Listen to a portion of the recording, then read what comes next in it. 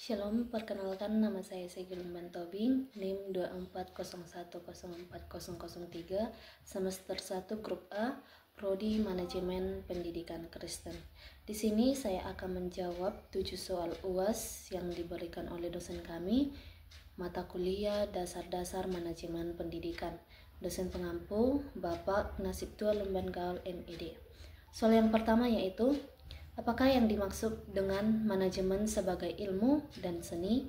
Jawabannya yaitu, manajemen dipandang sebagai ilmu karena memiliki prinsip-prinsip, teori, dan konsep yang sistematis berdasarkan penelitian dan pengalaman. Manajemen disebut seni karena melibatkan keterampilan, intuisi, dan kreativitas untuk mengelola orang, sumber daya, dan situasi. Soal yang kedua yaitu, bagaimana organisasi pendidikan seperti sekolah dapat beroperasi dengan baik? Yaitu, agar sekolah dapat beroperasi dengan baik diperlukan manajemen yang terorganisir, sumber daya yang memadai, dan kolaborasi dari semua pihak terkait. Tanpa manajemen yang baik, maka sekolah tidak dapat berjalan dengan baik.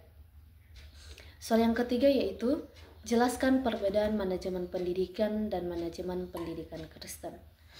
Manajemen pendidikan adalah proses perencanaan, pengorganisasian, pelaksanaan, dan pengawasan dalam pendidikan untuk mencapai tujuan pendidikan secara efektif dan efisien. Sedangkan manajemen pendidikan Kristen adalah proses pengelolaan pendidikan yang didasarkan pada nilai-nilai dan prinsip-prinsip iman Kristen, dengan tujuan membentuk individu yang mencerminkan karakter Kristus. Soal yang keempat, kita dapat melihatnya pada gambar berikut. Soal yang kelima yaitu, jelaskan implementasi atau penerapan 14 prinsip Henry Fayol di sekolah. Yang pertama yaitu divisi pekerjaan. Kegiatan manajemen dapat berlangsung dengan baik apabila setiap pekerjaan diuraikan secara khusus sehingga tidak terdapat tumpang tindih dalam melaksanakan pekerjaan. Yang kedua, autoritas. Adanya hak untuk memberikan perintah dan disertai tanggung jawab. Yang ketiga, disiplin. Harus mematuhi dan peduli terhadap aturan yang ada di organisasi. Yang keempat, kesatuan perintah. Setiap pekerja sebaiknya menerima arahan hanya dari satu supervisor. Yang kelima, kesatuan pengarahan. Setiap grup dari kegiatan organisasi yang memiliki tujuan sama seharusnya diarahkan oleh satu manajer dengan menggunakan sebuah perencanaan. Yang keenam, subordinasi kepentingan individu dan kepentingan umum. Kepentingan organisasi harus diprioritaskan daripada kepentingan baik personal maupun kelompok tertentu.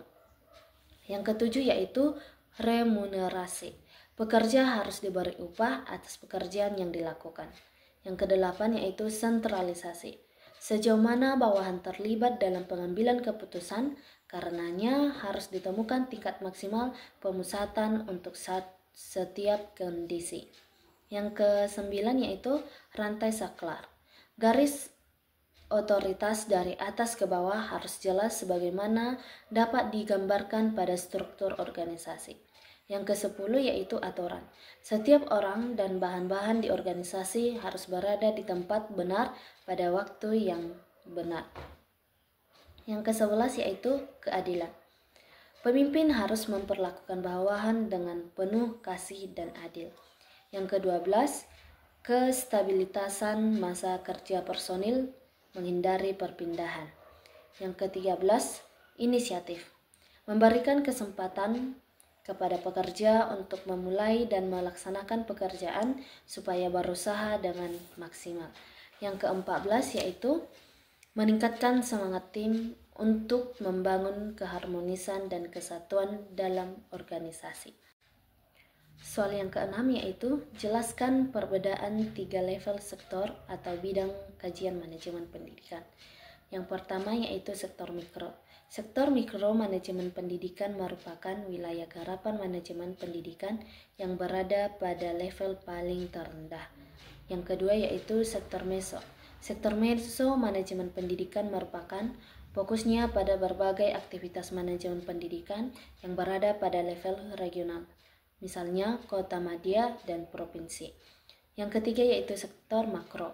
Sektor makro manajemen pendidikan berfokus pada kegiatan-kegiatan manajemen pendidikan yang dilaksanakan di level pemerintah pusat atau nasional.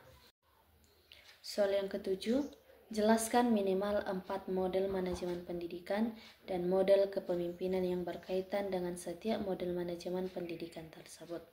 Yang pertama yaitu model formal manajemen pendidikan. Adalah sebuah model manajemen pendidikan yang paling umum diterapkan dalam pengorganisasian pendidikan seperti sekolah dan perguruan tinggi. Yang kedua yaitu model kolegial manajemen pendidikan.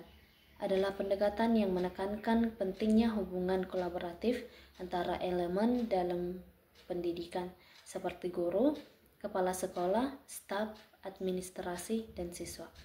Yang ketiga yaitu model politik manajemen pendidikan. Merupakan sebuah model manajemen pendidikan yang dicirikan dengan pembuatan keputusan sebagai proses negosiasi. Yang keempat yaitu model ambigu manajemen pendidikan, memberikan pendekatan tentang ketidakpastian, perubahan, dan ketidakmampuan dalam memprediksi berbagai hal di dalam organisasi. Sekian dari video saya, terima kasih.